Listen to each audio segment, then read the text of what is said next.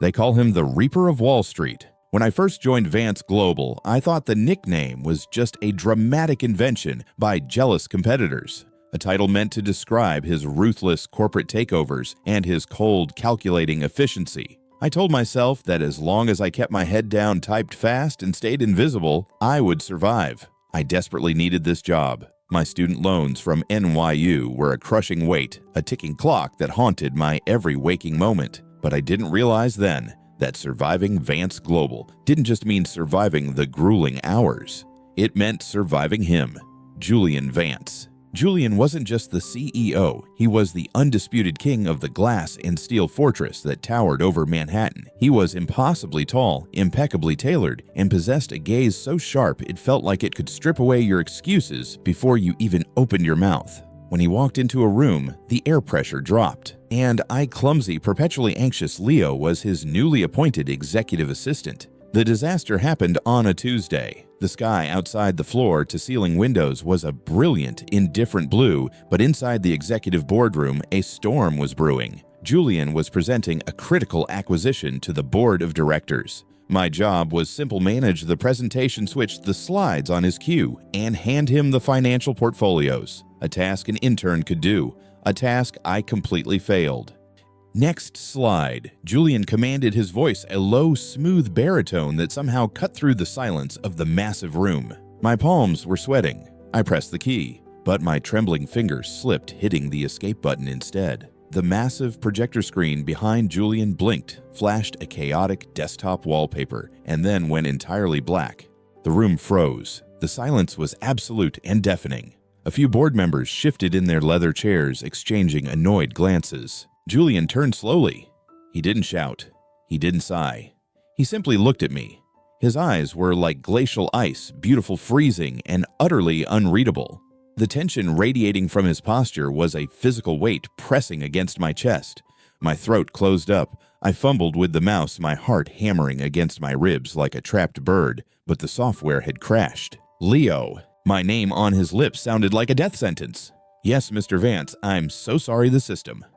Fix it, he interrupted, his voice dropping an octave, carrying a dark, dangerous undertone that sent a violent shiver down my spine. Or face the consequences. I managed to reboot the program, but the damage was done. The presentation finished, but the humiliation burned in my chest for the rest of the day. No one spoke to me. I was the ghost of the 65th floor. By the time the city lights flickered on, painting the Manhattan skyline in shades of gold and neon, the office was deserted. I had packed my things and left only to realize halfway to the subway that my wallet was still sitting on my desk. The elevator ride back up to the penthouse level was eerily quiet. The bustling, high-stakes energy of the day had vanished, leaving behind a hollow, shadowy silence. The lights in the main corridor were dimmed. I tiptoed toward my desk, grabbed my wallet, and turned to leave. That was when I saw it. A sliver of golden light was spilling from beneath Julian's office door. It was cracked open just a fraction. I should have walked away. I should have pressed the elevator button and gone home to my cramped apartment. But a strange, morbid curiosity rooted my feet to the thick carpet. I crept closer, holding my breath, and peered through the narrow gap. Julian was sitting at his massive mahogany desk. His suit jacket was thrown carelessly over a chair. His tie was gone, and the sleeves of his pristine white dress shirt were rolled up to his elbows. He looked exhausted, his broad shoulders slumped in a rare moment of vulnerability. But it wasn't his posture that made my blood run cold. It was his hands. Julian was holding a small towel, pressing it against his knuckles. When he pulled it away, the white fabric was stained with a stark, terrifying smear of crimson, fresh blood. He tossed the towel aside, his jaw clenching, and picked up a thick stack of $100 bills lying haphazardly on his desk. He flipped through the cash with a grim, practiced efficiency, the blood from his knuckles leaving faint red smudges on the green paper. My breath hitched, my brain fueled by years of watching crime thrillers short-circuited. Blood, cash, late at night, the Reaper. The whispers I had heard in the break room suddenly flooded my mind.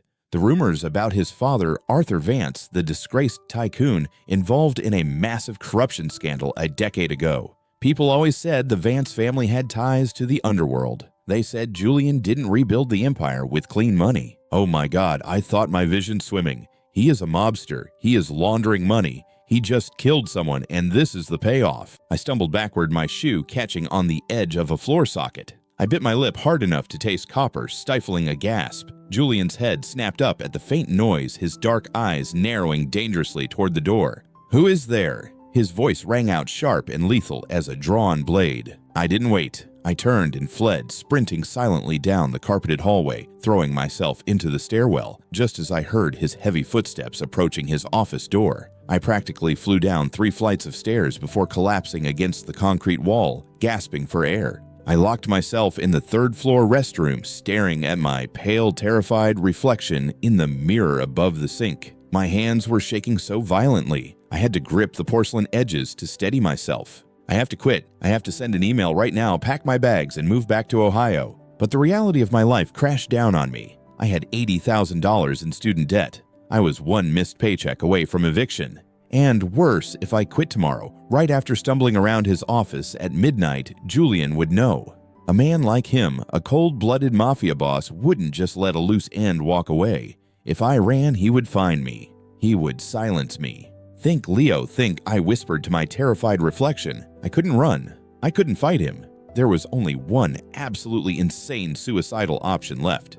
I had to stay. I had to become so indispensable, so harmless that he wouldn't see me as a threat. More than that, I had to awaken his conscience. I had to use the power of human kindness to reform a Wall Street assassin. I swallowed hard, splashing cold water on my face. The Reaper of Wall Street was my boss, and starting tomorrow, I was going to save his soul so he wouldn't take my life. I didn't sleep a single wink that night. Every time I closed my eyes, I saw Julian Vance's blood-stained knuckles and that terrifying stack of $100 bills. By the time my alarm went off at 5:30 in the morning, I was running purely on adrenaline, cheap instant coffee, and sheer unfiltered panic. As I rode the subway toward the financial district, I finalized my survival plan. Running was not an option. If Julian truly was the ruthless mobster, the rumors painted him to be resigning abruptly after witnessing his dirty work would put a target on my back. No, I had to stay. I had to become the most loyal, harmless, and morally uplifting assistant in the history of Vance Global. I was going to reform the Reaper of Wall Street. I was going to kill his inner demons with kindness. My first mission, dietary intervention. Julian's usual morning fuel was a triple-shot pitch-black espresso. It was a drink designed to keep a man operating on high stress and pure aggression. That had to change. When I walked into the executive pantry, I bypassed the expensive espresso machine entirely. Instead, I carefully steeped a cup of organic caffeine-free chamomile tea. The box claimed it promoted serenity and deep emotional balance. I prayed the box wasn't lying. Carrying the delicate porcelain cup down the long, silent corridor felt like walking the Green Mile. I knocked twice on the heavy mahogany door and pushed it open. Julian was already there. He was always there. He stood by the floor-to-ceiling window, staring down at the morning traffic like a general surveying a battlefield. His dark suit was immaculate, completely erasing the exhausted, bloodied man I had seen the night before. I walked to his desk and set the cup down. The ceramic made a soft clinking noise against the wood. Julian didn't turn around immediately. "Agenda for today, Leo?" He demanded, his voice a low, commanding rumble. "Yes, the Sterling merger meeting is at 10, followed by a lunch conference with the European board." I rattled off my voice, shaking only a fraction. He finally turned his sharp gaze, sweeping over me before landing on the desk. He frowned. He leaned in slightly, and I saw his nostrils flare as he caught the scent of the steam. "What is this?" he asked, his tone dangerously flat. "It is tea, sir," I managed to say. "Chamomile." Julian looked at me as if I had just placed a live grenade on his desk. "I drink espresso, Leo. Black. You have made it for me every day for the past month."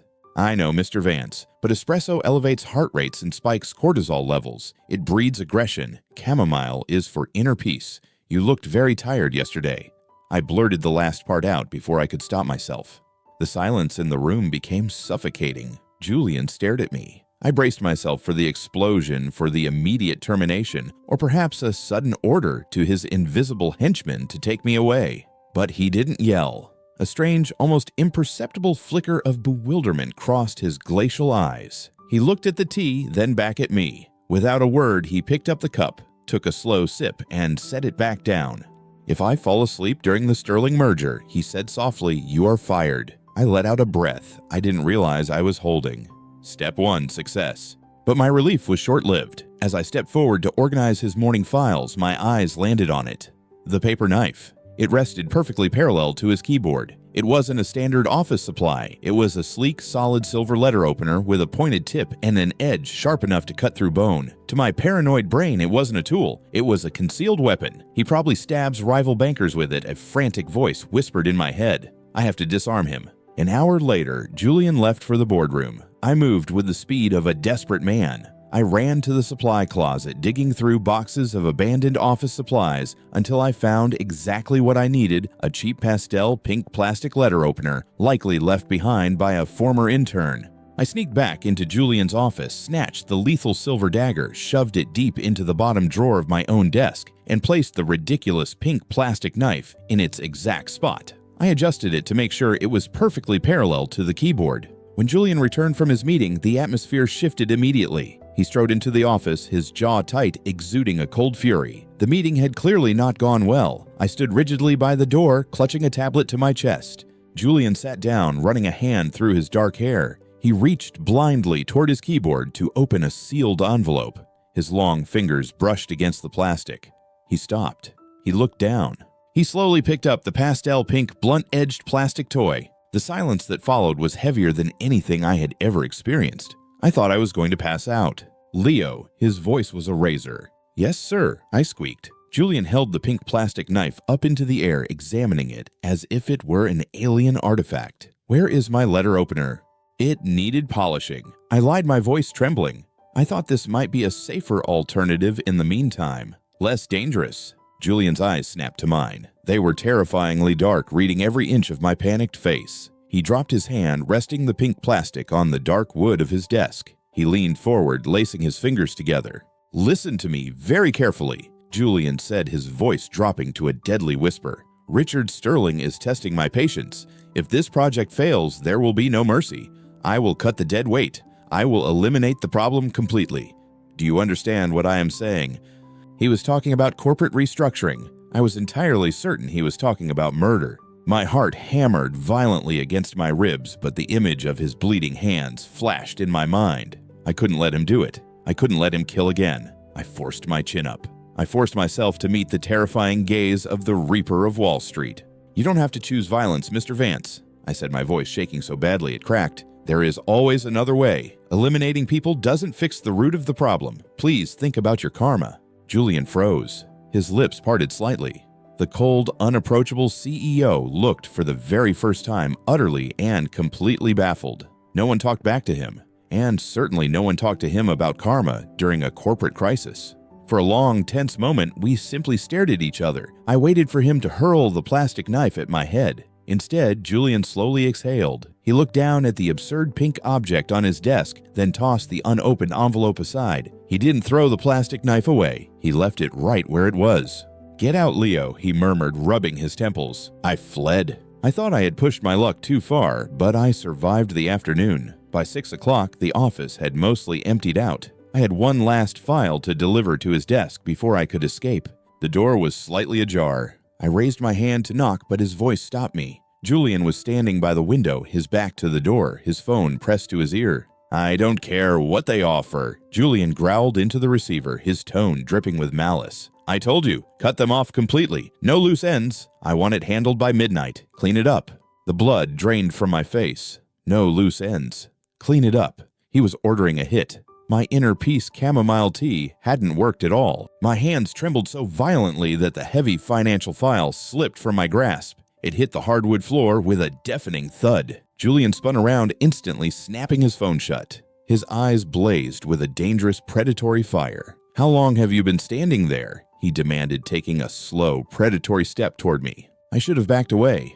I should have been terrified. But as he stepped out of the shadows and into the dim overhead light, the predatory illusion cracked. I saw the way his shoulders slumped the moment he thought no one was looking. I saw the hollow, bruised-looking shadows beneath his eyes, the sheer, crushing exhaustion etched into every line of his face. He didn't look like a mob boss ordering an execution. He looked like a man drowning, pretending to walk on water. I just got here. I lied softly, kneeling to pick up the scattered papers. I brought the Sterling reports. Julian stopped his advance. He stood over me, his breathing slightly uneven. The heavy, dangerous tension in the room slowly bled out, replaced by something entirely different. Something quiet, something sad. "Leave it on the desk," he said, his voice suddenly sounding very hollow, very tired. As I placed the file next to the ridiculous pink plastic knife, I realized my terrified determination to survive had shifted. I wasn't just staying to save my own life anymore. I was staying because I suddenly desperately wanted to know what was breaking the Reaper of Wall Street from the inside out.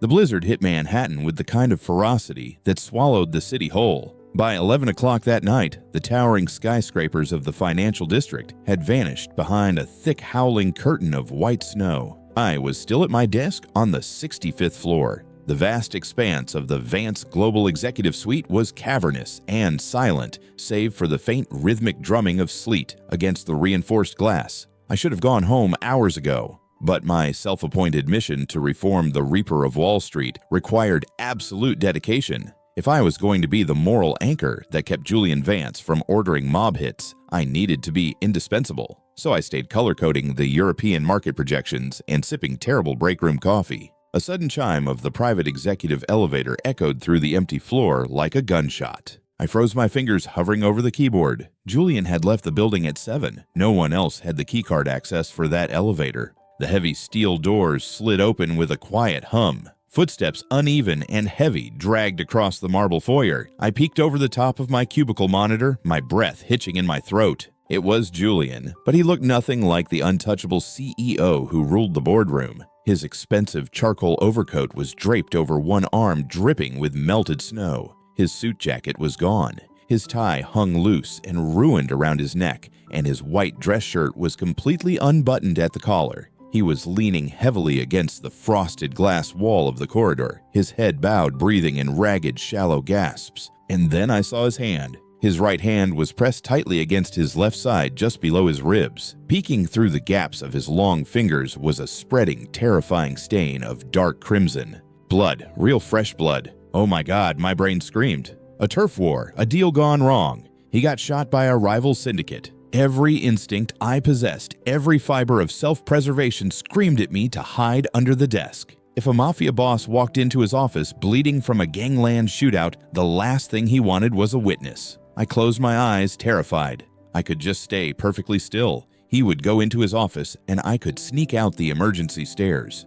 But then I heard a low, muffled groan of pain. I opened my eyes. Julian had pushed himself off the wall, staggering slightly as he moved toward his office door. He looked so isolated, so completely devastatingly alone. Before my common sense could stop me, my legs were moving. I bolted toward the executive break room, yanked open the cabinet, and grabbed the massive industrial first aid kit we kept for office emergencies. I clutched the white box to my chest like a shield and marched toward his office. The door was ajar. Julian had collapsed onto the long leather sofa in the corner of the room. His head was thrown back, his eyes squeezed shut, his face deathly pale in the dim light of the street lamps filtering through the blizzard outside. "Mr. Vance," I whispered, my voice trembling so violently it barely made a sound. His eyes snapped open. For a split second they were wild, dangerous, and completely lethal. But the moment they focused on me standing there shivering with a plastic first aid kit, the danger melted into profound confusion.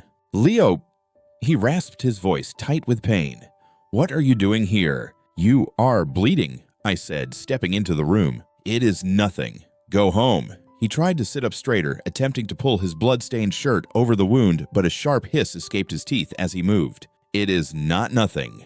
You are going to bleed out on the Italian leather," I said, my anxiety making me entirely too bold. I dropped to my knees beside the sofa and snapped the first aid kit open. "Let me see it." "Leo," I said, "go." "I am not leaving," I interrupted, my voice cracking. I reached out, my trembling hands hovering over his waist. "Please, just let me help you." Julian stared down at me. The harsh lines of his face softened into something I couldn't quite read. He didn't push me away. Slowly, he let his hand drop to his side, allowing me access. My heart hammered against my ribs as I carefully pulled the ruined white fabric away from his skin. It wasn't a bullet hole which brought a massive wave of relief, but it was a nasty, jagged gash along his lower ribs, surrounded by dark, violent purple bruising. A knife fight my overactive imagination supplied immediately, or brass knuckles. "I need to clean this," I murmured, tearing open an antiseptic wipe. "This is going to sting." "I can handle it," he muttered.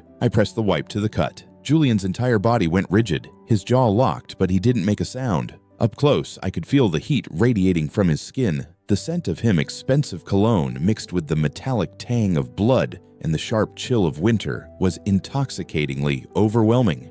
You know, I started talking purely because the silence and the proximity were making me dizzy. The authorities, they can be lenient if you cooperate. Julian blinked down at me, his brow furrowing. "What?" "I am just saying." I continued dabbing away the blood with a terrifyingly gentle touch. "You don't have to live this violent life. If you turn state's evidence, they have witness protection programs. You could move to Idaho, open a bakery." Julian stared at me. The absolute bewilderment on his face was almost comical. "Leo, what in God's name are you talking about?"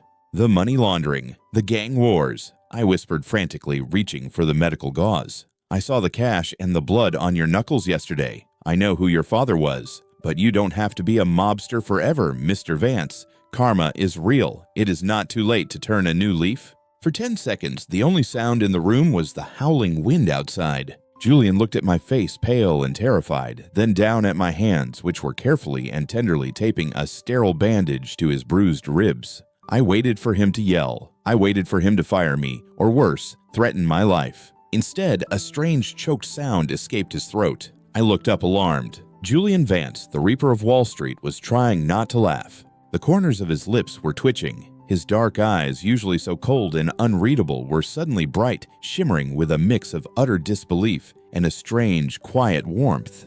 He let his head fall back against the sofa, letting out a long, slow breath. "You think," he started, his voice thick with a suppressed, painful amusement. "You think I am in the mafia. Are you not?" I squeaked. Julian looked down at me again. The humor slowly faded, leaving behind an expression so intensely vulnerable it made my chest ache. He didn't correct me. He didn't tell me about the underground boxing ring he used to punish himself, or the cash he used to pay the gym owner to keep his secret. He just looked at my hand, still resting gently against his waist. "Would you run away if I was?" he asked softly. I tried. I admitted honestly, my voice barely above a whisper. "But I owe NYU $80,000. And I didn't want to leave you." Something shifted in the air between us. It was heavy electric and completely terrifying, but it had nothing to do with the mafia. It was the realization that I was kneeling between the legs of the most powerful man I knew, and for the first time, he didn't look like a monster. He looked like a man who was desperate for a lifeline. Julian slowly raised his hand. His knuckles, still bruised from the night before, brushed lightly against my cheek. The touch was so gentle, I nearly stopped breathing. "You have a terrible imagination, Leo," he murmured, his thumb tracing my cheekbone. "But thank you for staying." "You are welcome," I breathed out. I finished taping the bandage, my hands lingering on his warm skin for a second longer than necessary. When I finally pulled away and stood up, the office felt entirely different. The corporate coldness was gone. As I packed the first aid kit and walked out into the snowy night, my thoughts wouldn't stop spinning. I was no longer afraid that Julian Vance was going to kill me. I was terrified because I was falling completely hopelessly in love with him. The morning after the blizzard, the atmosphere in the executive suite felt fundamentally altered. The sheer terror that used to grip my chest whenever Julian Vance looked at me had evaporated, replaced by something much more dangerous, an overwhelming, aching instinct to protect him. But Vance Global was a shark tank, and no matter how much chamomile tea I brewed, I couldn't protect Julian from the apex predators circling his throne. The most dangerous of them all was Richard Sterling. Richard was the vice president of acquisitions. He wore bespoke suits that somehow always looked slimy, and he had a smile that reminded me of a snake unhinging its jaw. He despised Julian. He despised the fact that a man 10 years his junior held the CEO title, and he made no secret of his ambition to take it. The trap was sprung during the quarterly board review on Thursday afternoon. The long mahogany table was surrounded by the company's heaviest hitters. I sat quietly in the corner managing the digital projections. We were reviewing the European tech acquisition, a project I had spent the last 2 weeks compiling data for. Suddenly, Richard leaned forward, tapping his gold pen against his tablet. "Julian," he said, his voice dripping with faux concern. "I am looking at the risk assessment models in Appendix C. The valuation metrics here are off by nearly $40 million. If we had presented this to the shareholders, it would be a bloodbath." My stomach plummeted. I frantically scrolled through my master file. The numbers on the screen didn't match the ones I had inputted. Someone had accessed the server and altered the dataset. It seems, Richard continued, turning his predatory gaze toward my corner of the room, that your assistant lacks the basic financial literacy required for this floor. It makes me question your judgment, Julian. If you can't even hire competent staff to handle basic data entry, how can the board trust you to handle a multi-billion-dollar merger? The room fell dead silent. Several board members murmured in agreement, casting disdainful looks in my direction. My face burned with humiliation. I opened my mouth to defend myself, to explain that the file had been tampered with, but before a single word could escape my throat, Julian moved. Enough. Julian's voice wasn't loud, but it struck the room like a whip. The murmurs ceased instantly. He didn't look at Richard. He didn't look at the board. He kept his eyes fixed entirely on the documents in front of him. The error in Appendix C is mine, Julian stated, his tone glacial and absolute. I made a last-minute adjustment to the valuation models late last night and failed to notify my assistant. If you have an issue with the competency of the executive office, Richard, you address it with me. Do not ever speak to my staff in that tone again. Richard's smug smile faltered. His face flushed a dark, angry red, but he didn't dare push back against the sheer crushing authority radiating from Julian.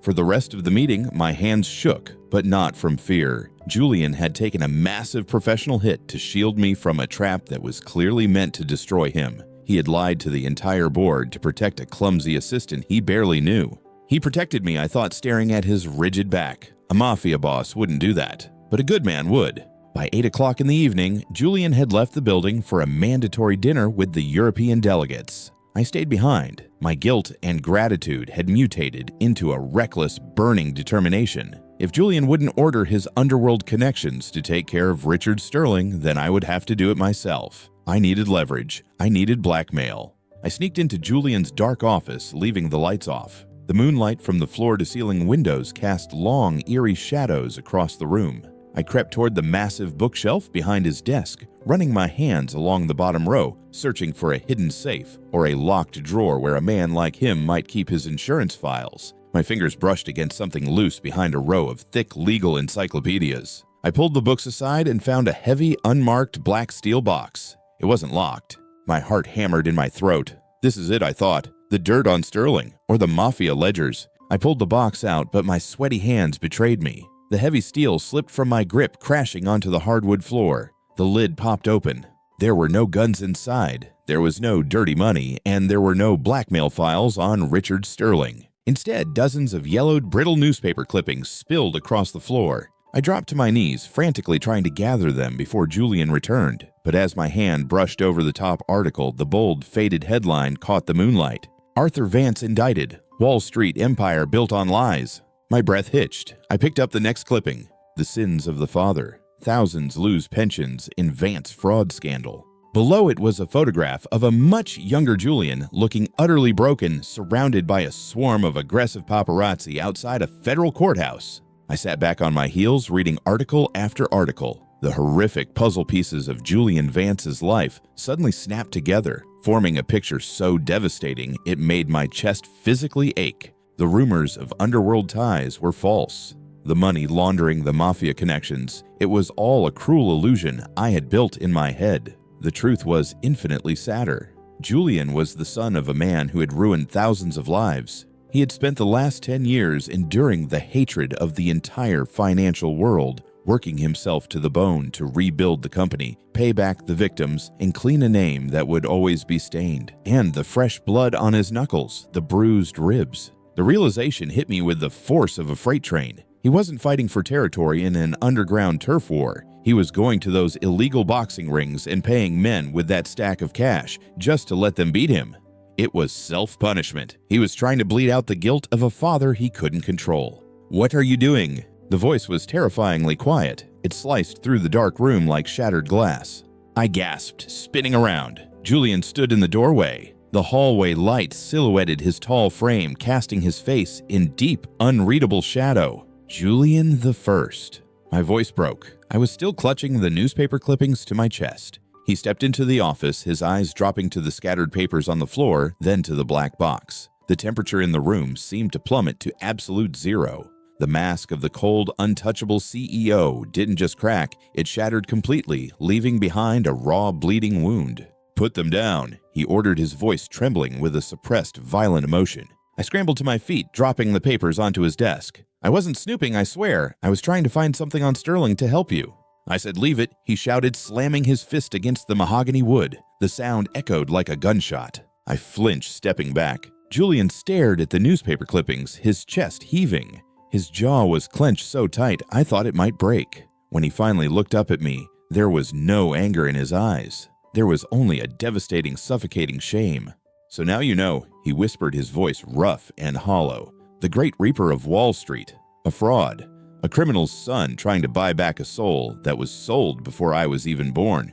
"That is not true," I pleaded, taking a desperate step toward him. "You are not your father. Don't." He held up a hand, stepping back as if my proximity physically burned him. "Don't look at me with pity, Leo. I don't want it. I let them hit me because it is exactly what I deserve. Every drop of blood I bleed is owed to the people my family destroyed." "No," I said fiercely, the tears finally spilling over my eyelashes. "No one deserves to live in the dark like this. You have spent 10 years punishing yourself for a crime you didn't commit." Julian looked at me, his eyes shining with unshed tears, the walls he had built for a decade crumbling into dust around us. "You think I am a monster, Leo?" he asked, his voice breaking into a devastating whisper. "You are right. I was just born from the ashes of a different kind of devil. Go home, before the soot gets on your hands too. Go home, Leo, before the soot gets on your hands too." Julian's voice broke on the last word, the sound so fragile it shattered the very air between us. He turned his back to me, bracing both hands heavily on his mahogany desk, his shoulders rising and falling with jagged breaths. He was waiting for me to run. He was waiting for the revulsion to set in for me to treat him the way the rest of Wall Street did, like a ticking time bomb of inherited corruption. I stood in the center of the dimly lit office, my heart hammering a chaotic rhythm against my ribs. I looked at the scattered newspaper clippings detailing his father's crimes, and then I looked at the man who had spent a decade letting the world and illegal prize-fighters beat him bloody in a desperate attempt to pay off a debt he didn't owe. I didn't feel pity. Pity was for the weak. What I felt was a love so overwhelming, so fierce and consuming, that it anchored my feet to the floor. "I am not leaving," I said quietly. Julian's head snapped up, his silhouette rigid against the moonlight. "Did you not hear a word I just said? I am Arthur Vance's son. My name is Poison. If you stay close to me, Richard Sterling and the board won't just ruin me.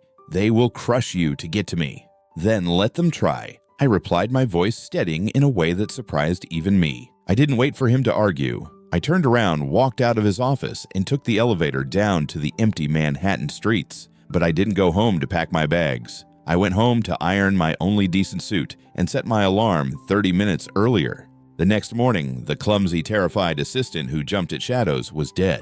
When I stepped off the elevator onto the 65th floor, I didn't shuffle. I walked with my spine straight, my chin up, carrying a tray, not with chamomile tea, but with a perfectly brewed pitch-black double espresso. I walked into Julian's office without knocking. Julian was at his desk, dark circles bruising the skin beneath his eyes. He looked up, his expression guarded, expecting my resignation letter. Instead, I placed the espresso on his desk, right next to the ridiculous pink plastic letter opener that he still hadn't thrown away. "Your schedule has been optimized," I announced, my tone crisp and entirely professional. "I've canceled your lunch with the marketing division. They don't have the updated metrics anyway. You have a 30-minute window to review the Sterling files, which I have already cross-referenced and highlighted for discrepancies. Drink your coffee, Mr. Vance. We have a war to win." Julian stared at me. His lips parted in absolute shock. The glacial CEO, the Reaper of Wall Street, looked completely derailed. "Leo, what are you doing?" "My job," I said flatly, meeting his dark eyes without flinching. "You pay me entirely too much money to be a coward. If you're going to fight the board, you need a shield. That is me." I turned on my heel and marched out before he could say another word. Over the next 3 weeks, our dynamic shifted into an agonizing, beautiful tension. I became a human barricade. When Richard Sterling tried to ambush Julian with impromptu meetings, I intercepted him in the hallway with a polite smile and an ironclad schedule. When junior executives tried to pass off lazy data, I sent it back with merciless corrections. I memorized every contract, every loophole, and every enemy Julian had in the building. And Julian watched me. He didn't push me away again, but he didn't pull me closer either. The guilt he carried was a massive, invisible wall between us. He was terrified of dragging me into his darkness, but his eyes betrayed him. Whenever I was in the room, I could feel the weight of his gaze. It was heavy burning and filled with a desperate, suppressed yearning. He watched the way I commanded the lower-level staff. He watched my hands when I sorted his files. The physical distance between us became a vibrating electric wire pulled tighter and tighter with every passing day. One late evening, the rain was lashing against the glass windows of the executive suite. We were the only two left on the floor. I walked into his office to hand him the final quarterly report. I stepped up to the desk, holding out the thick manila folder. Julian reached for it. As he took the folder, his long, warm fingers brushed over my knuckles. The contact was entirely accidental, barely a second long, but it felt like a lightning strike. We both froze. My breath caught in my throat. I looked down, and Julian's eyes slowly traced a path up my arm over my shoulder until his dark, intense gaze locked onto mine. The silence in the room was deafening. The air was thick enough to drown in. I saw the muscles in his jaw feather. I saw his hand twitch as if every instinct in his body was screaming at him to reach across the desk to pull me in to finally bridge the agonizing gap between us. I didn't move. I wanted him to do it. I was begging him with my eyes to drop the guilt and just touch me. But the ghost of Arthur Vance was too heavy. Julian swallowed hard, the vulnerability masking over with a painful forced restraint. He slowly pulled his hand back, clutching the folder tight against his chest like a shield. "Thank you, Leo," he whispered, his voice rough and completely wrecked. "That will be all for tonight." My heart physically ached. I nodded slowly, stepping back into the shadows of the room. "Good night, Julian." It was the first time I had ever called him by his first name. His head snapped up, his eyes widening slightly, but I was already turning away. I walked out into the rain-soaked night, knowing that the battle lines were fully drawn. Julian Vance was fighting to keep me out of his corrupted world, but he was losing. And I was going to make sure he lost completely. The boardroom of Vance Global felt like an execution chamber. It was a Friday morning, the sky outside a flat, unrelenting gray that mirrored the oppressive atmosphere inside the room. At the center of the long mahogany table sat Julian. He was perfectly still, his hands folded neatly in front of him, his face an impenetrable mask of glacial ice. But I knew him better now. I could see the imperceptible tightening of his jaw, the hollow exhaustion in his dark eyes. He was waiting for the guillotine to fall. Standing at the head of the table was Richard Sterling. He looked like a man who had already won the lottery. Given the irrefutable evidence of the data breach and the subsequent financial fallout, Richard announced, his voice echoing off the glass walls, dripping with false sympathy. The executive committee has no choice but to propose a formal vote of no confidence regarding Julian Vance's position as chief executive officer. A heavy, suffocating silence blanketed the room. Several board members nodded gravely. Julian didn't defend himself. He didn't even look at Richard. He simply stared straight ahead, ready to accept the ruin, believing in his deeply scarred heart that he deserved to lose everything his father's legacy had touched. Richard smirked, raising his hand to call for the vote. "If there are no objections, I object." The heavy oak doors swung open. I stepped into the room. Every head turned. Dozens of the most powerful, ruthless financial predators in Manhattan stared at me. The quiet, clumsy assistant who usually blended into the wallpaper. Richard's smirk vanished, replaced by an ugly scowl. "Leo, what is the meaning of this? You are interrupting a closed executive session." "Security. I am the executive assistant to the CEO." I interrupted, my voice ringing out clear and surprisingly loud. "And I have the right to present the finalized risk assessment before any vote is cast." I didn't wait for permission. I walked straight past Richard and approached the master control podium. For a fleeting second, the ghost of my first day flashed in my mind, my trembling hands, the wrong button, the black screen, Julian's terrifying glare. But as I looked up, my eyes met Julian's. He was staring at me in absolute shock, his dark eyes wide, silently pleading with me to walk away before I went down with his sinking ship. I gave him a fraction of a smile. "Not today, Julian." My finger hovered over the keyboard. It didn't tremble. I pressed the enter key, and the massive projector screen behind Richard flared to life. It wasn't the risk assessment. It was a staggering, undeniable web of offshore wire transfers, encrypted emails, and digital internet protocol logs. The data breach was not a failure of Mr. Vance's leadership. I announced, my voice steady, as I clicked to the next slide, which clearly displayed Richard Sterling's personal digital signature. It was an orchestrated act of corporate sabotage. Mr. Sterling intentionally leaked the European acquisition models to our competitors in exchange for a 7-figure kickback routed through a shell corporation in the Cayman Islands. The room erupted. Board members gasped, shouting over one another. Richard's face drained of all color, turning a sickly ashen gray. "This is fabricated," he stammered wildly, backing away from the screen.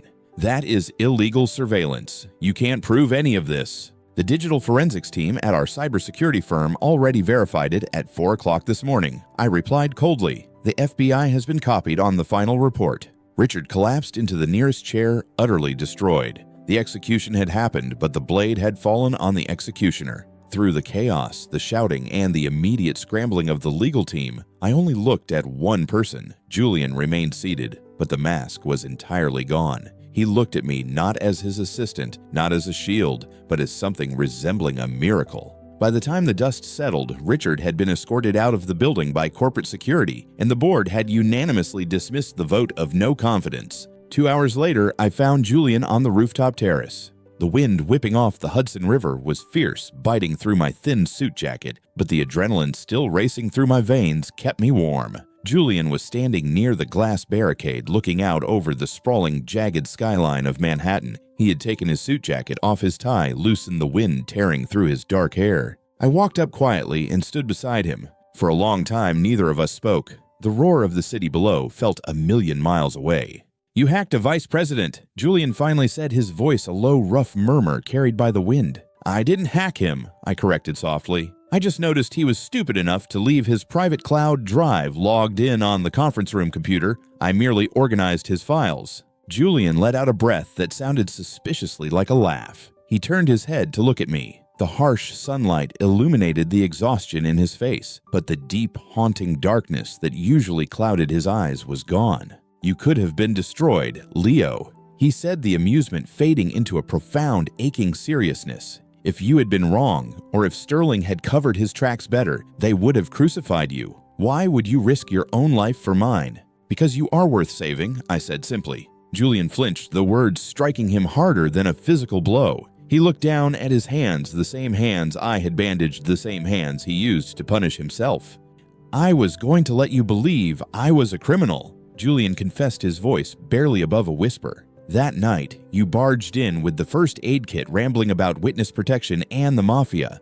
I should have told you the truth right then. I should have told you who my father was and how much the world hates my blood." "Why didn't you?" I asked, stepping just an inch closer. Julian raised his head. His eyes locked onto mine, burning with a raw, desperate vulnerability that made my breath catch in my throat. "Because," he whispered, "when you brought me that terrible chamomile tea, and when you replaced my letter opener with a pink plastic toy, it was the first time in 10 years someone looked at me and wanted to protect me instead of trying to tear me down.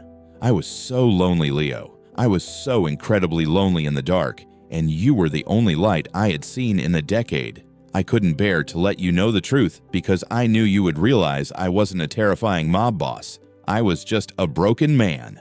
My heart shattered, then immediately knitted itself back together, stronger than before. The invisible wall of guilt he had built between us, the agonizing distance of the past 3 weeks, finally crumbled into dust. I didn't overthink it. I didn't ask for permission. I closed the distance between us. I stepped into his space, reaching out and wrapped my arms tightly around his waist. I pressed my cheek against his broad back, feeling the solid living warmth of him beneath his shirt. He went completely rigid at the sudden contact, a sharp intake of breath echoing in the quiet air. "Leo," he breathed out, his voice trembling. "You are not a broken man," I whispered fiercely against his back, holding him tighter, anchoring him to the earth. "You are the strongest person I know. You have carried the weight of the world for 10 years, Julian. You paid the debt. It is over." Slowly, the tension drained from his body. I felt his large, warm hands come to rest over mine where they were clasped at his waist. He held onto my hands like a drowning man holding onto a lifeline, leaning his weight back against me, finally letting himself be caught. From now on, I murmured, closing my eyes against the wind. You don't have to let other people make you bleed anymore. On the rooftop of Vance Global, 70 floors above the world that had tried to break him, the Reaper of Wall Street finally laid down his scythe. And for the first time in my life, I felt completely, perfectly safe. The following Monday, the sun rose over Manhattan with a brilliance that felt almost deliberate. The morning light poured through the floor-to-ceiling windows of the 65th floor, painting the sleek marble corridors in warm golden hues. For the first time since I had been hired at Vance Global, the air didn't feel heavy. The oppressive, suffocating dread that used to hang over the executive suite had completely vanished. The phantom whispers of corporate espionage, the vicious rumors about corrupt blood, and the terrified murmurs about the Reaper of Wall Street had died overnight. Richard Sterling's corner office was completely empty. A team of movers had cleared it out over the weekend, erasing his presence as efficiently as Julian had dismantled his conspiracy. The board of directors had issued a formal company-wide apology to the CEO. It was a sterile corporate document, but in the cutthroat world of high finance, it was the equivalent of a white flag. The storm had finally broken, leaving behind a profound, ringing clarity. I stood in the executive pantry listening to the quiet, rhythmic hum of the espresso machine. I wasn't brewing chamomile tea today. I didn't need to forcibly sedate my boss to stop him from ordering imaginary mob hits, nor did I need to artificially calm the nerves of a man who was torturing himself from the inside out. Instead, I let the rich, dark, unapologetic scent of a double espresso fill the room. It was strong, bitter, and vital, exactly the way Julian actually liked it. I placed the ceramic cup on a silver tray, smoothed the lapels of my tailored navy suit, and walked down the long hallway. I didn't shuffle. I didn't keep my eyes glued to the floor. When I passed the junior executives, they offered me polite, respectful nods. They didn't see me as the terrified, clumsy assistant who jumped at shadows anymore. They saw the person who had walked into an executive board meeting and orchestrated the downfall of a vice president without breaking a sweat. I reached the heavy mahogany doors of the CEO's office. I didn't knock. I simply pushed them open and stepped inside. Julian was at his desk. He was, as always, an image of absolute perfection. His bespoke charcoal suit fit flawlessly across his broad shoulders, his dark hair neatly swept back. He was reviewing a tablet, his brow slightly furrowed in concentration, but the devastating hollow exhaustion that used to bruise the skin beneath his eyes was gone. The rigid defensive tension in his jaw had melted away. He didn't look up immediately, but the corner of his mouth twitched upward into a faint, devastatingly handsome smile. "You didn't knock, Leo. You gave me unrestricted clearance on Friday, Mr. Vance." I replied smoothly, walking across the plush carpet. "I am just exercising my executive privileges." I set the silver tray down on his desk. Julian finally looked up. His dark eyes, which had once terrified me with their glacial emptiness, were now warm, deep, and entirely focused on me. It was the kind of look that made my pulse flutter wildly against my throat, a look that stripped away the corporate titles and left only the raw, undeniable gravity between us. He reached for the cup, inhaling the sharp scent of the espresso. "No peace-inducing herbal tea this morning." "I think you have enough peace for one day," I said, my lips curving into a smile. As I reached over to organize the files on his desk, my eyes fell on it. Resting perfectly parallel to his keyboard, right where the lethal silver dagger used to be, was the cheap pastel pink plastic letter opener. He hadn't thrown it away. Amidst the billion-dollar contracts, the sleek technology, and the intimidating mahogany furniture, the ridiculous pink plastic toy sat in a place of absolute honor. I felt a sudden ridiculous lump form in my throat. I reached out and tapped the plastic edge. "You know the threat level has significantly decreased. I could probably give you your real letter opener back. The silver one." Julian followed my gaze. He reached out his long, elegant fingers, brushing against my hand before he picked up the pink plastic knife. He turned it over in his hand thoughtfully. "Absolutely not," Julian murmured, his voice dropping into that low, intimate register that sent a shiver straight down my spine. "This is a highly tactical piece of equipment. It reminds me that I have a fiercely protective assistant who is fully prepared to disarm me for my own good." I let out a soft laugh, feeling the heat rise to my cheeks. "I thought you were going to stab someone." "I know," he said softly. He set the plastic opener down and looked up at me, the teasing fading into something incredibly sincere. "And instead of running, you tried to save me." The air in the office shifted, becoming thick and sweet. The invisible walls between us had been entirely demolished. We were existing in a new space now, a space where I didn't have to hide my heart, and he didn't have to hide his scars. Julian cleared his throat slightly, picking up his tablet. He swiped to the digital calendar. Speaking of your exceptional organizational skills, I was reviewing my itinerary for the day. You have restructured my afternoon beautifully. However, I noticed a discrepancy in the evening schedule. I blinked instantly, slipping back into professional mode. A discrepancy that is impossible. The European delegates don't fly in until tomorrow, and your conference call with Tokyo isn't until Thursday. Your evening is completely clear. Exactly, Julian said. He set the tablet down and leaned forward, resting his forearms on the desk, his dark eyes locking onto mine. You left a blank space at 7 o'clock. And as the CEO, I find idle time to be highly inefficient.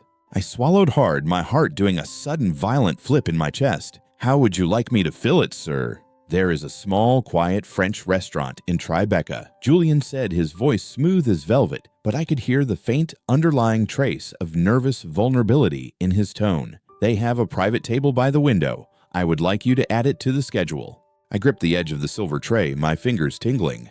A dinner reservation. Should I invite the head of marketing? No, Leo, Julian whispered, reaching across the mahogany desk, his warm fingers gently wrapped around my wrist, his thumb tracing the frantic pulse beating beneath my skin. It is not a business dinner, it is a date. With you.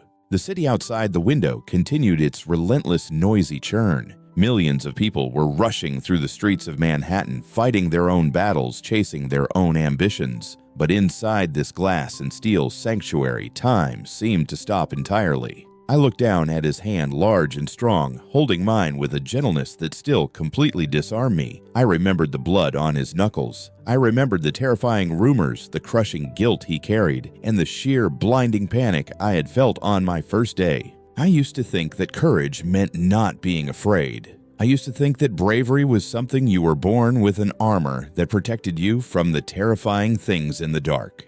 But looking at Julian Vance, the man who had survived a decade of hatred, the man who had let himself bleed to pay a debt he didn't owe the man who was now asking me to stay by his side, I finally understood the truth. Courage isn't the absence of fear. Courage is being absolutely terrified, your hands shaking and your heart pounding, but deciding to stay anyway. It is looking at a storm, refusing to run, and choosing to become the shelter. I slowly turned my hand over, lacing my fingers through his. The warmth of his palm against mine was the most perfect grounding feeling in the world. I looked up, meeting the soft, waiting eyes of the Reaper of Wall Street, and smiled.